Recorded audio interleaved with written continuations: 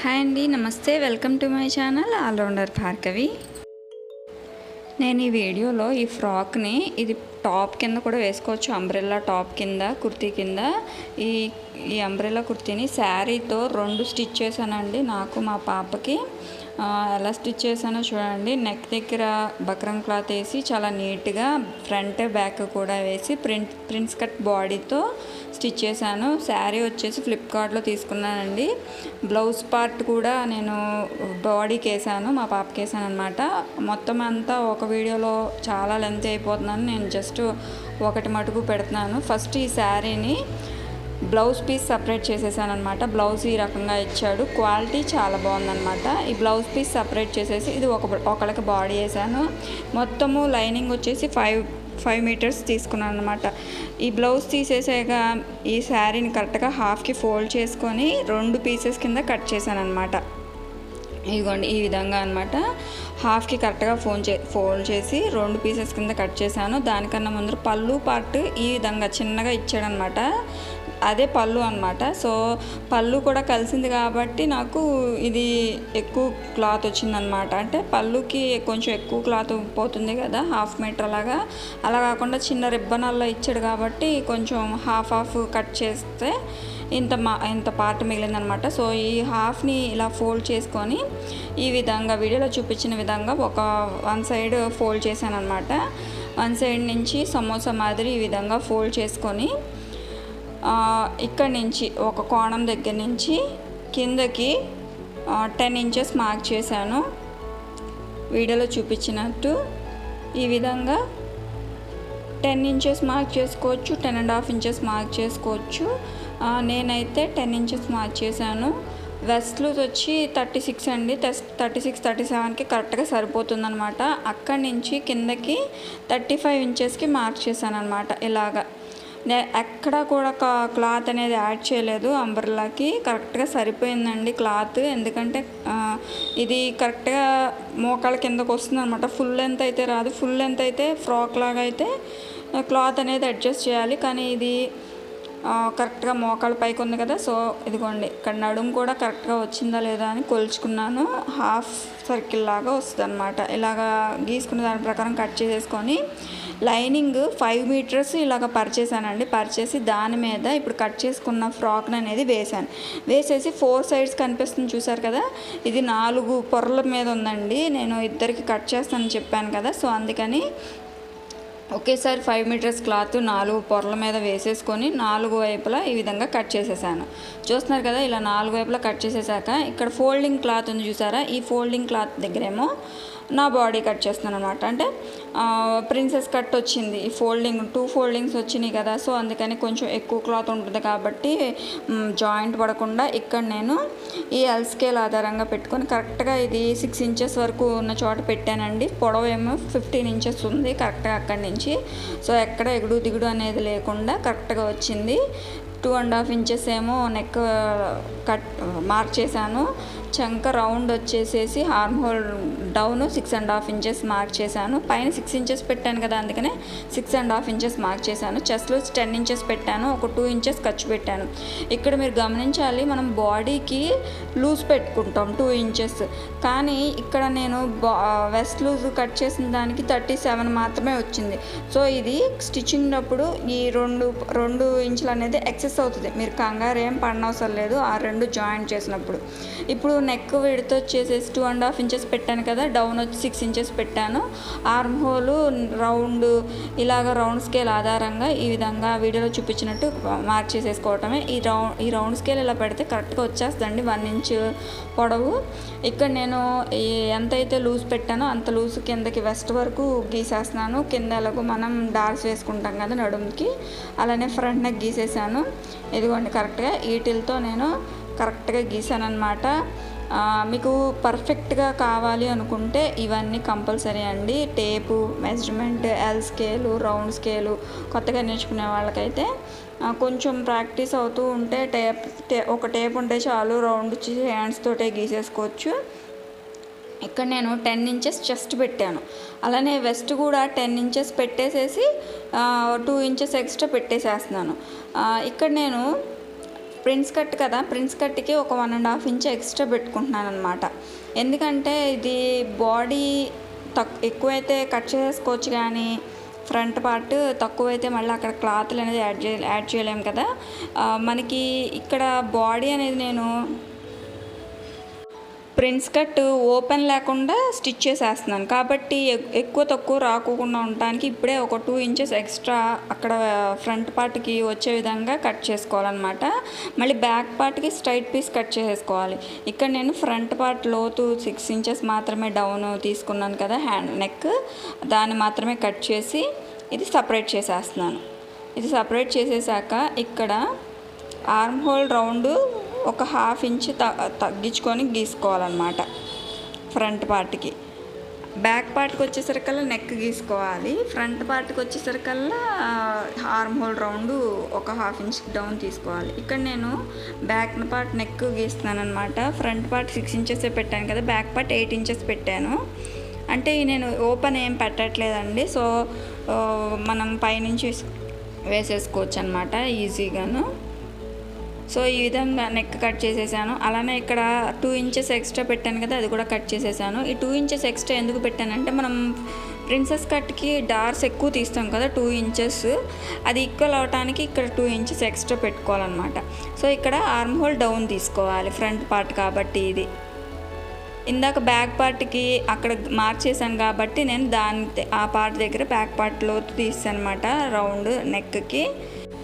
ఇది front part కాబట్టి arm whole round mark చేసుకొని ఉక్స్ పట్టి కాజపట్టి అంటే మనం కట్ చేయము, కానీ అటు నుంచి 4 ఇంచెస్ పైకి మార్క్ చేసుకోవాలి. అడ్డము ఇలాగా 4 ఇంచెస్కి ఈ విధంగా మార్క్ చేసుకొని ఇక్కడి నుంచి ఇదిగోండి, ఇక్కడ నుంచి 4 ఇంచెస్ మార్క్ చేసుకున్నాము. అలానే పైనకి 4 ఇంచెస్ మార్క్ చేసుకున్నాం. ఇక్కడ నుంచి 2 ఇంచెస్ వెడల్పు 2 ఇంచెస్ పొడవు మార్క్ చేసుకొని ఇక్కడ నుంచి 4 ఇంచెస్ వరకు మార్క్ చేసుకున్నాం కదా, అక్కడ వరకు కలిపేసేసి దీన్ని ఆర్మ్ హోల్ వైపు కలిపేయాలన్నమాట.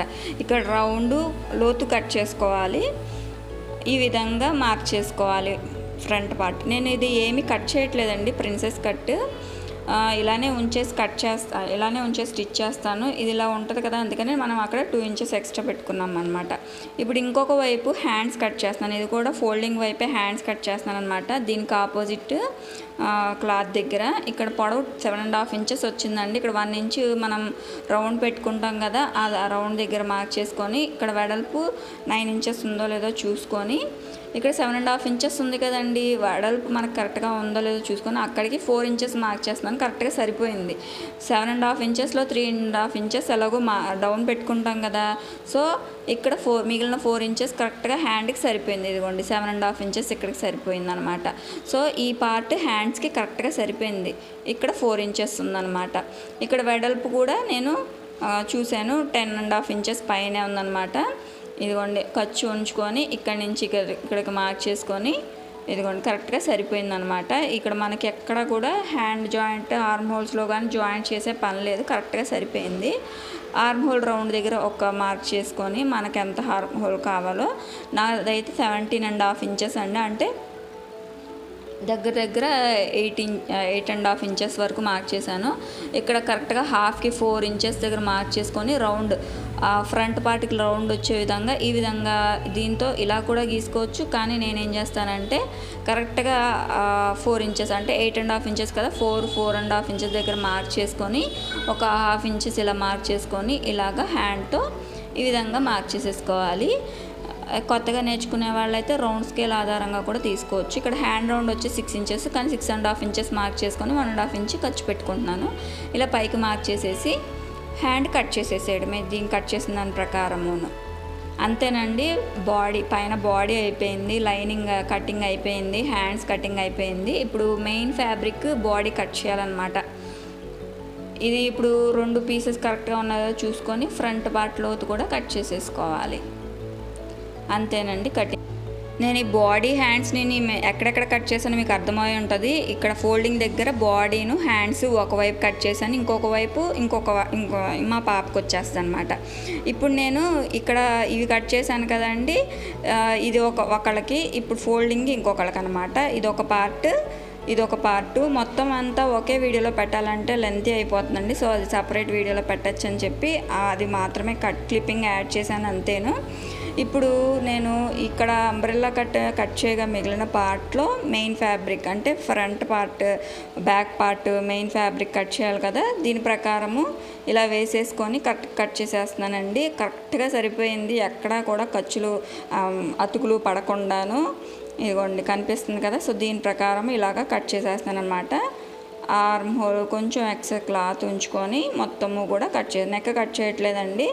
ఇప్పుడు బ్యాక్ పార్ట్ అయిపోయింది. ఫ్రంట్ పార్ట్ కూడా అంతే సేమ్. ఈ టూ పీసెస్ మిగిలినాయి కదా, సో కరెక్ట్గా ఈ 2 పీసెస్ కరెక్ట్గా సరిపోయినాయి. ఇక్కడ నేను పైకి కట్ చేయడం, బాడీకి ఒక 1 ఇంచ్ పైకి కట్ చేయాలండి, అది కట్ చేయలేదు నేను. దాన్ని ఇక్కడ కట్ చేసి చూపిస్తున్నాను అనమాట. మనకి డ్రెస్కి ఎప్పుడు కూడాను బాడీ పార్ట్కి ఒక 1/2 ఇంచ్ కానీ 1 ఇంచ్ కానీ ఇలా పైకి పెట్టుకోవాలి, అప్పుడే లుక్ వస్తుంది అనమాట. ఇలా కట్ చేసుకోవాలన్నమాట. సో మెయిన్ ఫ్యాబ్రిక్తో సమానంగా నేను కట్ చేసాను. ఇది ప్రిన్సెస్ కట్ కదా, ఇది కూడా కంప్లీట్ అయిపోయింది. ఇంకా హ్యాండ్స్ కూడా ఇంకా మిగిలిన పీసెస్ని ఇలాగా అడ్జస్ట్ చేసుకొని, ఎక్కడ అతుకులు పడలేదండి. నేను ఇంకా కింద ఫోల్డింగ్ చేసి పెట్టడానికి ఇంకా ఎక్సెస్ క్లాతే వచ్చింది. సో అందుకని నేను ఈ మెయిన్ ఫ్యాబ్రిక్ లోపలికి ఫోల్డ్ చేసి స్టిచ్ చేస్తున్నాను. అందుకని కింద క్లాత్ కొంచెం ఎక్సెస్ ఉంచాను అనమాట. కటింగ్ అయిపోయింది. ఇప్పుడు నెక్స్ట్కి నేను ఇలాగ బక్రం క్లాత్ అనేది యాడ్ చేస్తున్నాను. ఇలాగ ఫోల్డింగ్ వైపు నెక్ వైపు పెట్టేసేసుకొని ఒక 1 ఇంచుతో ఇలాగ నెక్ కట్ చేసుకోవాలన్నమాట. ఇక్కడ నెక్ అనేది నేను మొత్తం కట్ చేయలేదండి, ఎందుకంటే ఇదిలా పెట్టేసేసి ఐరన్ చేసేసాక మనం కట్ చేస్తే నెక్ అటు ఇటు కదలదనమాట, స్టిఫ్గా ఉంటుంది, ఫినిషింగ్ బాగుంటుంది కూడా. దీని మీద పెట్టేసి దీని మీద ఇలా ఐరన్ చేసేస్తే అది అతుక్కుపోతుంది అనమాట. ఇలాగ ఫ్రంట్ నెక్ బ్యాక్ నెక్కి ఒకేసారి నేను ఐరన్ చేసేసాను. లైనింగ్ పీస్కి ఈ విధంగా అతుక్కుపోతాయి. ఇప్పుడు మెయిన్ ఫ్యాబ్రిక్ దీని మీద తర్వాత కట్ చేసేసేయాలండి. ఇప్పుడు కట్ చేసేస్తే చూసారా ఎంత స్టిఫ్గా నీట్గా వచ్చిందో. ఇలా 2 నెక్లు కట్ చేసేసాక మెయిన్ ఫ్యాబ్రిక్ దీని మీద వేసుకోవాలి. ఇలాగ బక్రం క్లాత్ పై వైపుకి వచ్చి ఇలాగ పెట్టుకొని దీని మీద కుట్టేసేసుకోవాలి 2 క్లాత్లకి. నేను మొత్తము ఈ స్టిచ్చింగ్ కూడా చూపించట్లేదండి, ఇలాగా జస్ట్ స్టిచ్ వేసేయడమే. స్టిచ్ వేసేసిన తర్వాత మొత్తము కూడా ఇలాగ మెయిన్ ఫ్యాబ్రిక్ నెక్ కట్ చేసేసి ఈ లోపల వైపు చిన్నగా టక్స్ పెట్టుకోవాలి. అప్పుడు దీన్ని మెయిన్ ఫ్యాబ్రిక్ పైకి వచ్చేస్తాయి. ఇప్పుడు మనం వేసుకున్న బక్రం క్లాత్ లోపలికి వెళ్ళిపోతాయి. ఇక్కడ ఇంకా మనం క్లాత్ అటాచ్ చేసి స్టిచ్ చేయాల్సిన పని లేదు. ఇది బక్రం క్లాత్ కాబట్టి అలా ఉంటుంది, నీట్గాను మన చెప్పిన మాట అన్నట్టు ఉంటుంది అనమాట. నెక్ రౌండ్గాను చాలా నీట్గా వస్తుంది అనమాట. ఇప్పుడు దీని మీద ఒక స్టిచ్ వేసేసుకొని ఆర్మ్ హోలు మొత్తము చుట్టూతో స్టిచ్ వేసేసుకోవాలి. మొత్తం ఆ స్టిచ్చింగ్ కంప్లీట్ అయిపోయినాక నేను ఇక్కడ ఫ్రంట్ పార్ట్ ప్రిన్సెస్ కట్ చేయకుండా స్టిచ్ చేయడం చూపిస్తున్నాను అనమాట. ఇలాగా ఒకదాన్ని మాత్రమే గీసుకున్నాం కదా, ఇంకొకటి గీసుకోవటానికి దాన్ని కొంచెం ట్రేస్ గీసుకొని ఎక్కువగా దాని మీద ఇంకొకసారి గీసుకొని దీని మీద ఇంకొక వైపు ట్రేస్ మార్క్ చేసుకోవాలన్నమాట, వీడియోలో చూపించినట్టు. ఇప్పుడు దీని మీద ఒక స్టిచ్ వేసేసుకొని అది కదలకుండా ఉంటుంది అన్నమాట స్టిచ్ వేయటం. ఇలా ఫోల్డింగ్ చేస్తే అటు ఇటు జరిగిపోతుంది, సిల్కీగా ఉన్నాయి కదా క్లాత్లు, అందుకని దీని మీద ఒక స్టిచ్ వేసేసుకొని ఇక్కడ వచ్చేసేసి ఇది ఇలాగా ఫోల్డ్ చేసి స్టిచ్ చేయడం కుదరదు కాబట్టి ఈ ఎక్సెస్ పార్ట్ అనేది కట్ చేసేసి 2 కలిపి స్టిచ్ చేస్తున్నాను అనమాట. మీకు అర్థమైంది అనుకుంటున్నాను. చాలా ఈజీగా ఈ ప్రిన్సెస్ కట్ని స్టిచ్ చేసుకోవచ్చు. Front neck back neck stitch చేసేసిన తర్వాత ఈ ప్రాసెస్ అనేది చేయాలన్నమాట. బ్యాక్ పార్ట్కి డార్స్లు వేయటం కానీ అవన్నీ చేయాలి. ఇప్పుడు దీని మీద కూడా ఒక స్టిచ్ వేసేసుకొని ఎక్కడైతే మార్క్ చేసుకున్నామో దాని ప్రకారం ఇలా స్టిచ్ వేసేసుకొని డార్స్ వేసేసుకోవాలి. ఎక్సెస్ పార్ట్ని ఈ విధంగా కట్ చేసేసేయాలన్నమాట. ఇలా మొత్తం కంప్లీట్ అయిపోయిన తర్వాత ఇదిగోండి ఇక్కడ ఆర్మ్ హోల్ దగ్గర నుంచి డార్స్ వేసుకోవాలి ఈ విధంగా అన్నమాట. అలానే కింద వైపున మొత్తం స్టిచ్ చేసేసిన తర్వాత ఇక్కడ కట్ చేసేసుకోవాలి. ఇందాక స్టిచ్ చేయకుండా కట్ చేశాను, ఇది స్టిచ్ వేసి కట్ చేస్తాను అనమాట. మీకు ఏది ఈజీగా ఉంటే అలా చేసుకోండి. ఇలాగ కంప్లీట్ అయిపోయింది ఫ్రంట్ పార్ట్. ఇక్కడ కొంచెం ఎక్సెస్ వచ్చింది, ఎందుకంటే వంపు ఉంటుంది కదా, అందుకని కొంచెం ట్రిమ్ చేసేసుకోవాలన్నమాట ఎక్కడికక్కడ. ఇలాగా బ్యాక్ పార్ట్ కంప్లీట్ అయిపోయింది, ఫ్రంట్ పార్ట్ కంప్లీట్ అయిపోయింది. బ్యాక్ పార్ట్ కూడా డార్స్లు ఇలా వేసేసుకోవాలి 4 ఇంచెస్ పొడవుతోనండి. మీకు కుట్టగా అలవాటు అయిపోతుంది.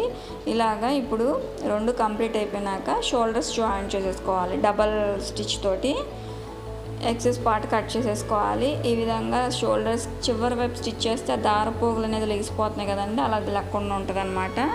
నేను 3 స్టిచ్చెస్ వేసాను, చివర వైపు ఒకటి అటాచింగ్ డబల్ స్టిచ్ వేసాను.